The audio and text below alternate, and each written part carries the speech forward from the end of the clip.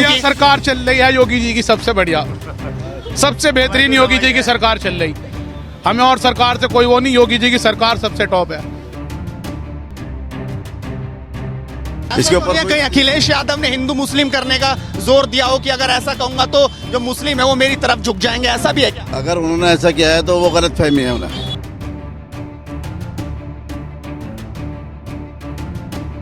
UP चुनाव से पहले मुस्लिम वोटों को लेकर यूपी में सियासत तेज हो गई है।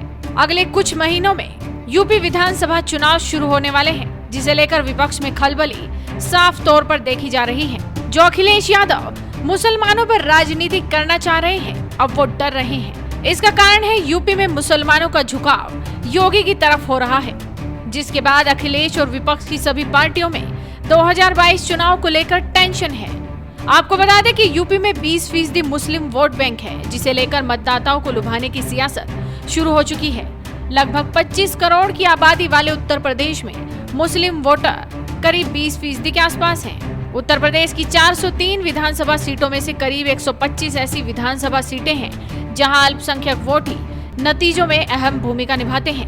यही वजह है कि चुनाव नजदीक आते ही मुस्लिम वोट को अपने पाले में लाने के लिए राजनीतिक दलों में होड़ सी मच जाती है। दरअसल यूपी में अगले साल विधानसभा चुनाव होने हैं। ऐसे में अब कांग्रेस, सपा, बसपा समेत सभी दलों ने मुस्लिम वोटों को अपने पाले में लाने के लिए रणनीतियां बनानी शुरू कर दी हैं। हालांकि विपक्ष कोरोना को लेकर हमेशा योगी सरकार को कमजोर करने की कोशिश करता रहा है, लेकिन उसके बाद भी मुस्लिम समाज बीजेपी की ओर आता देख सपा, बसपा टेंशन में है और अखिलेश ने अपना पूरा दमखम लगाना शुरू कर दिया है। आपको बता दें, उत्तर प्रदेश की 17वीं विधानसभा में आम चुनाव 11 फरवरी से 8 मार्च 2017 तक 7 चरणों में आयोजित हुए थे। इन चुनावों में मतदान प्रतिशत लगभग 61% रहा। भारतीय जनता पार्टी ने 312 सीटें जीतकर 3/4 बहुमत प्राप्त किया था, जबकि सत्तारूढ़ समाजवादी पार्टी गठबंधन को 54 सीटें और बहुजन समाज पार्टी को 19 सीटों से ही संतोष करना पड़ा था।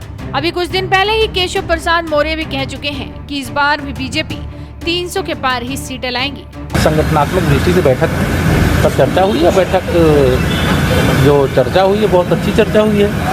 2022 में हम लोग फिर ऐतिहासिक विजय प्राप्त करेंगे। बताया जा रहा है कि 2022 है या कुछ और भी है? 2022 300 पार। और इसे देखते ही विपक्ष की मुश्किलें बढ़ी हुई हैं, क्योंकि जिस तरह के नतीजे 2017 विधानसभा चुनाव में देखने को मिले थे, अगर वैसे ही नतीजे एक बार फिर से आ गए तो विपक्षियों की तो टेंशन बढ़ ही जाएगी। बस इसी के चलते विपक्ष के हाथ पैर फूले हुए हैं। देखना होगा कि आने वाले विधानसभा चुनाव में जीत किसकी होती है और पासा किसके पाले में जाता है। तो आप भी इस वीडियो को शेयर कीजिए और जुड़े रहिए हेडलाइंस इंडिया के साथ।